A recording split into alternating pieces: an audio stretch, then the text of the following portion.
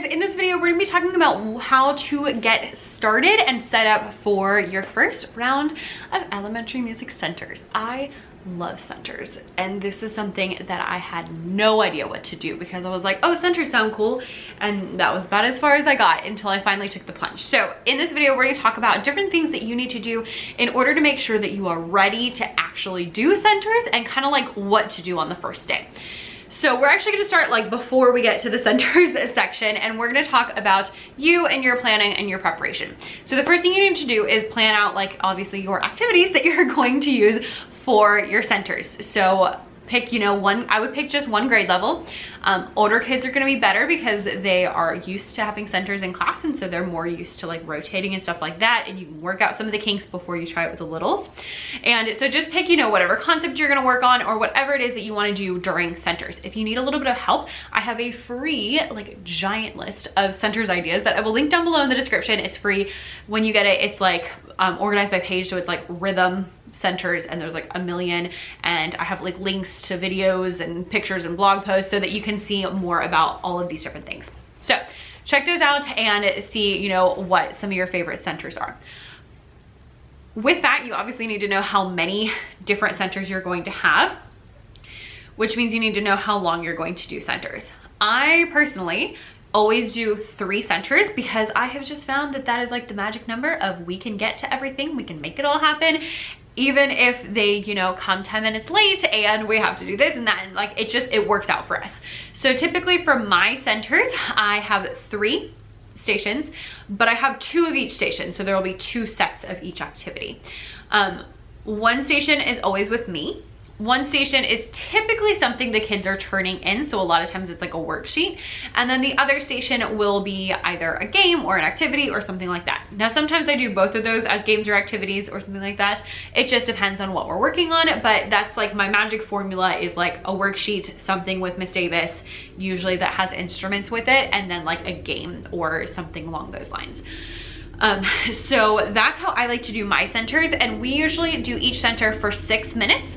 It takes us about 30 seconds to rotate between each center, and so by the time they come late, I explain all the things we're gonna do. We go do all of our centers over 20 minutes basically, and then that gives us enough time to like wrap it up, and I have to take all the kids to the bathroom, so I wrap it up and take them to the bathroom, and then we're out of time.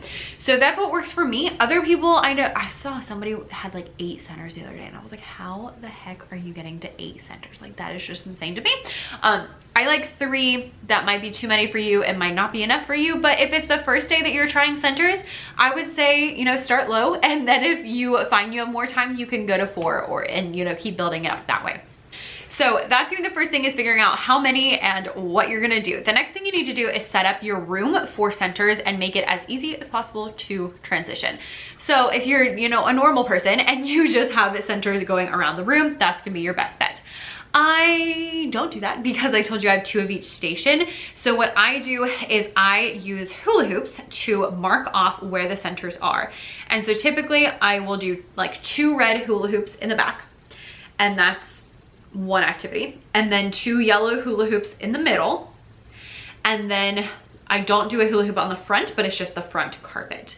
And so the reason we do that is so that I just have not as many kids at each station, even though there's only 3 stations. Because if you have 30 kids, that's 10 kids at a station, that's a lot. But if you have 5, we'll talk about it in a second, then it's 5's a lot easier to manage than 10. So I do that, and what happens is that if you're on like the right side, you stay on the right side, and if you're on the left side, you stay on the left side. And so we go, red goes to yellow, both yellows go to the front carpet with Miss Davis because I'm standing there, and so I can control that. And then when they're done, they go to the reds out, and if they were on this side, they go to that red. If they were on this side, they go to that red. It seems kind of confusing, but once you've done it once or twice, it's really not a difficult thing at all. We don't have any confusion or problems with it. Now, along with that, you also need to decide how you're going to split the kids up. So I usually make my own list for centers, and I do this based on data. So I use my centers as differentiation tools, and by that I mean that I use something that we have done in class to separate the kids by who is like totally on it, completely understands the concept, who needs a little more help, and who needs like a lot more help. So maybe we did like a rhythm writing activity where they're writing rhythms on the whiteboards. The kids who like really got it quickly are gonna be in that top group, and then the kids who need a little more help in that middle, and then the kids who just had like no idea what was going on are gonna be in the lower group. And I split it up that way, and I just split into 6. So sometimes I have 3 groups that all are like really on it, and sometimes I have like 1 group that's really on it. It just depends on how it falls and how many kids we have in each group.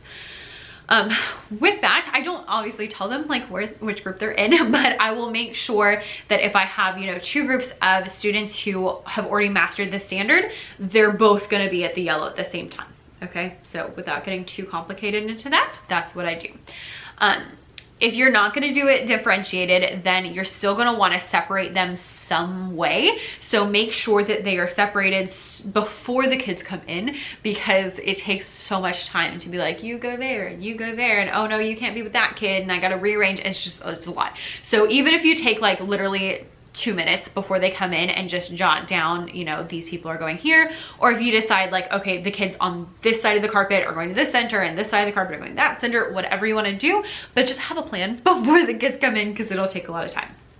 Okay, so that's all of your setup stuff. Now, as far as the kids go, we always do activities that are either super easy, they don't need explanations, or that the kids have done in class before. So before we do centers, we'll have a couple of days where at the end of class, we'll do a centers activity. So we'll do, you know, our whole lesson, and then in the last 5 minutes, they're doing the Chrome Music Lab activity that we're gonna do. Or in the last 5 minutes, they're doing the matching game we're gonna do, or something like that. So they already know how it works, and they already know how to do it before we get there. Because the last thing I want is 75 children walking up to me when I'm trying to help the kids at my carpet being like, Miss Davis, I don't know what to do. No. So we always have things that you have already done, or they're so easy that they don't need explanation, like a matching game. Like you really don't need that much explanation for a matching game. So that's how I kind of get the kids prepared beforehand. The day of, we're also going to talk a lot about the expectations so that the kids are ready to work. Now with this, I typically have a slide, because I always have a Google slide up on my board, and I'll have a Google slide that has our 4 centers expectations. And so these centers expectations, and we do mirror words, so I have them repeat them back to me with like movements. And so off the top of my head, I think they are, number 1 is work the whole time. Number 2 is be respectful to your group. Number 3, do not leave your group. Yes, I make them do all these hand signs. And number 4, voices on level 2. And I tell them level 2 is like a regular talking voice. If I can hear you, you are too loud. So no one's screaming, no one's yelling. And since this is something I didn't do at the beginning, it's something really new, like the last couple of rotations I've started doing, and I've done centers for years. And just having this one slide has like changed everything.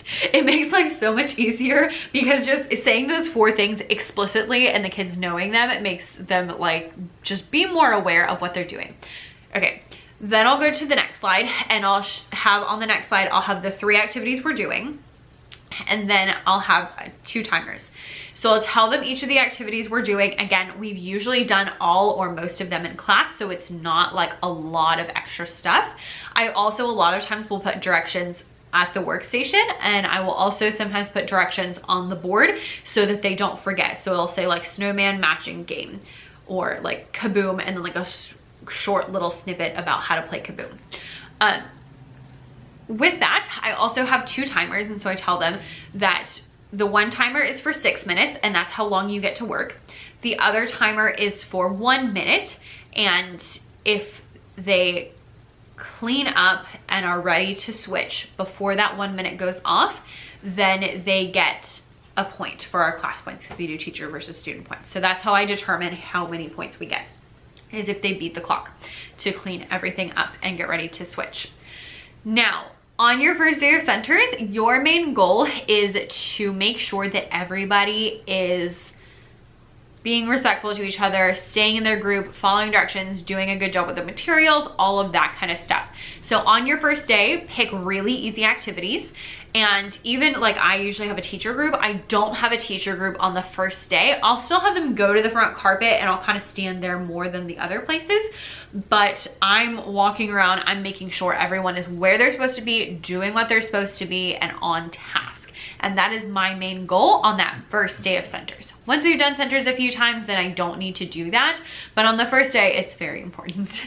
I also would encourage you to have some kind of reward for if they do a good job. So for example, I told you we do teacher versus student points. They earn points for game time at the end of the week because I see my kids for a week at a time. And so what we do is that if they beat the clock, each rotation, they get a point. So that's up to 3 because they go to 3 different stations. And then at the end, I'll go back to that checklist of the 4 things we do during centers and I'll ask them, okay, was everybody working the whole time? And the kids are honest and they will tell you, sometimes they'll be like, nope.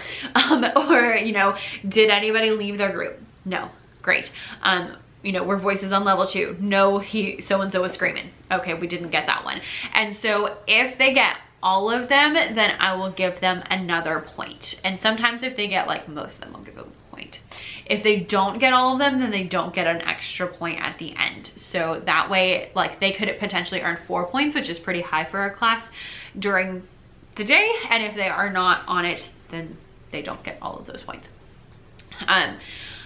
All of this, it seems like quite a lot, but you really want to make sure that, again, you're prepared, the kids know how to play the activities, do the activities, and that you have, you know, all of your classroom management stuff set up.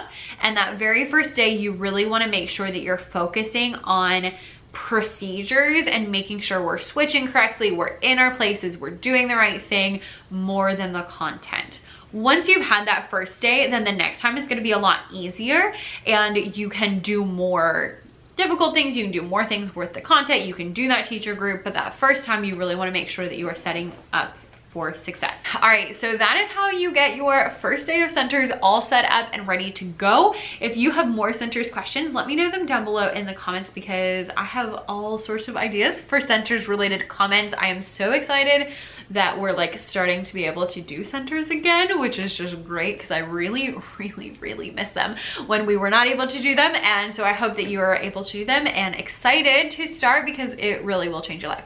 Thanks so much for watching and I'll see you next time. Bye.